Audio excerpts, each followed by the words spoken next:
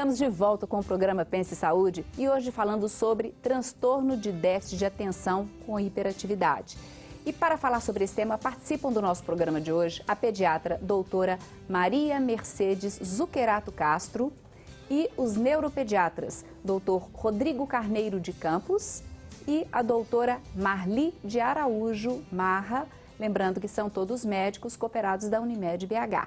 E você também faz parte desse nosso bate-papo com a sua dúvida, a sua pergunta. Para isso é só ligar para a gente, 3209-0119 ou enviar e-mail para saúde@tvhorizonte.com.br.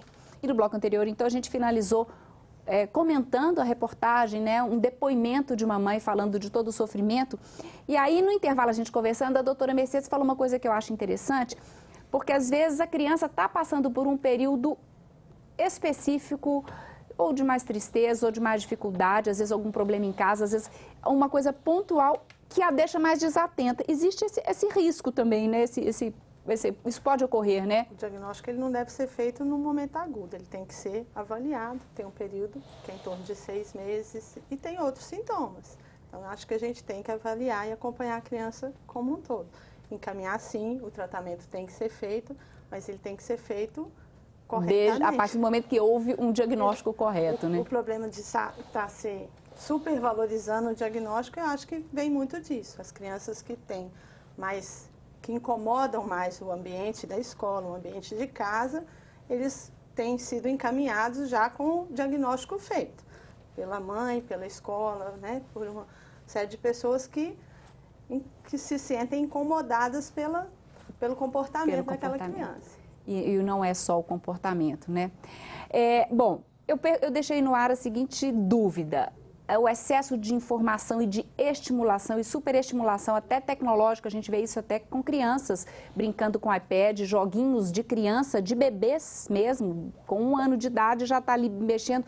Isso de alguma forma interfere ou não, ou até de alguma forma adiantaria um processo de hiperatividade ou não? Como que vocês percebem isso, doutor Rodrigo? De fato, nos indivíduos, nas crianças que têm hiperatividade, isso aí não muda. O fato da hiperestimulação, do uso de meios eletrônicos, videogames, celulares, invade um pouco o período de sono. Tá? Então, os hábitos de vida, eles ficam alterados. E aquela criança que dorme pouco, que dorme mal, ela vai ter um rendimento global diminuído, irritabilidade, ansiedade e desatenção. E isso é secundário a um período de sono mais curto. De outro lado também, o que a gente vê é que as mães no consultório falam assim, ó, meu menino não tem déficit de atenção porque ele não consegue ficar na frente de um caderno. Mas se colocar um videogame, ele fica 6, 7 horas seguidas, nem pisca. Mas existe uma diferença, porque no videogame ele faz o movimento, ele ganha recompensa. Então são vários processos curtos, início, meio e fim. Ele fez o movimento, ele ganhou, ele ganha o ponto e muda de fase. Então isso estimula a criança a ficar muito tempo. Então videogame, atenção em videogame não é parâmetro para diagnóstico diferencial. E outra situação que deve ser levado em conta também é que os gráficos dos videogames, eles estão muito mais interativos, muito mais fascinantes. E a escola, o caderno, ele continua do mesmo jeito. Que era então, essa batalha entre o meio eletrônico e o caderno, o livro, a escrita, a letra cursiva, ela ficou muito mais desigual do que se via... Defasado, né? Defasado, do que se via... Então, hoje, prestar atenção, estudar, eu falo que é muito mais difícil do que em tempos atrás. Certo. Isso. Quer comentar? Pode falar, doutora Marli. E com isso, né, por exemplo, os hábitos também, né, da família, certo? Por exemplo, a criança vai fazer o dever, tem que estar com a televisão desligada, não pode estar com o celular do lado, certo? Justamente para poder tentar focar. Né? Os pais também, eles precisam colocar um limite também do uso de telas, né? Como a gente está falando aqui, tanto de televisão quanto de videogame, iPad, porque a tendência vai ser realmente, é muito mais prazeroso ir para um brinquedo do que sentar para poder estudar. Certo. Né? E a questão do diagnóstico, quer dizer, tudo isso que a doutora Mercedes falou, né, de que a criança pode estar passando por um momento difícil na vida.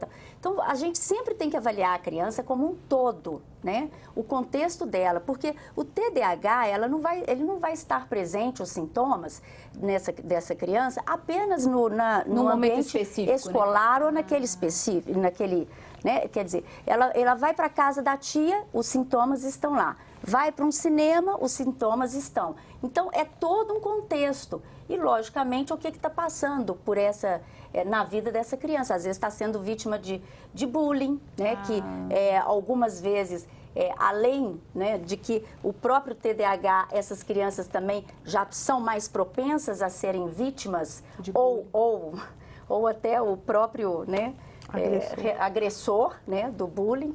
Né? São crianças que às vezes tendem a uma obesidade maior, fica mais tempo mesmo diante do videogame, certo? Altera sono e aí vira aquele ciclo vicioso. Não dorme né? bem, não se alimenta compulsivamente. De todo jeito, o quadro são crianças que sofrem, que precisam de ajuda, precisa do diagnóstico diferencial e a família, antes de ter o preconceito em relação ao medicamento, né, justamente porque, no fundo, todo mundo quer o filho feliz, né, tem que saber, tem que olhar. Certo. Falando em tratamento, vocês salientaram bastante a importância do medicamento, mas é um tratamento apenas medicamentoso ou existem outras terapias ou outras coisas que podem ser feitas para auxiliar nesse tratamento? Não, existem várias... O tratamento se faz com informação e com medicamento. Então, primeiro, o diagnóstico. O diagnóstico é clínico, não existe nenhum exame laboratorial, como nós já dissemos. Nem de imagem, nem nada. de imagem, nem neurofisiológico. A avaliação neuropsicológica é um instrumento importante, até mesmo para a gente ver comorbidade e diagnóstico diferencial. Mas o diagnóstico é clínico. E um diagnóstico bem feito, aí entra na segunda etapa, que é dar informação para esse indivíduo, dar informação para essa família, para a escola, para os vários ambientes que essa criança, que esse indivíduo convive. Então, não é simplesmente dar remédio que vai resolver tudo. Tá? Essa informação, essa educação, ela é muito importante. E existem várias modalidades de terapia, principalmente a cognitivo-comportamental, que usa o potencial intelectual desse indivíduo, que ele, na maioria das vezes, na imensa maioria das vezes, são crianças e são pessoas inteligentes que têm um desempenho muito aquém da possibilidade dele. Então, usa essa inteligência, que é o cognitivo, para modular esse comportamento desatento, desorganizado e pouco produtivo. Então, isso é muito importante, aliar o tratamento medicamentoso, a terapia e a informação de todo mundo que convive com essa pessoa. São crianças... e comentar? E Pode às falar. vezes, né, além da terapia com a psicologia, né, pode entrar aí também a fonoaudiologia, uma psicopedagoga. Então, cada caso é um caso, né? Cada criança é uma criança. Tá? E só aproveitando a deixa aqui também do hiperestímulo, né? Certo? A gente tem observado também que as escolas estão querendo, por exemplo, alfabetizar muito rápido. E às vezes o cérebro dessa criança não está preparada. Então, o que a gente está vendo aí com essa ensino fundamental maior, as escolas querendo exigir crianças de 6 anos, certo? No final do primeiro ano do ensino fundamental, alfabetizadas, inclusive fazendo letra cursiva. E muitas vezes o cérebro dessa criança não está preparado para isso, o que vai gerar ansiedade. Então, não são só os outros estímulos, assim, como o videogame e tudo, são os próprios estímulos da própria sociedade. E esse cérebro pode não estar ainda não está preparado para poder fazer esse tipo de processo. Pode falar. Eu acho que é bom lembrar também que o tratamento ele passa pela família também. No depoimento você vê que a mãe é sofrida, né?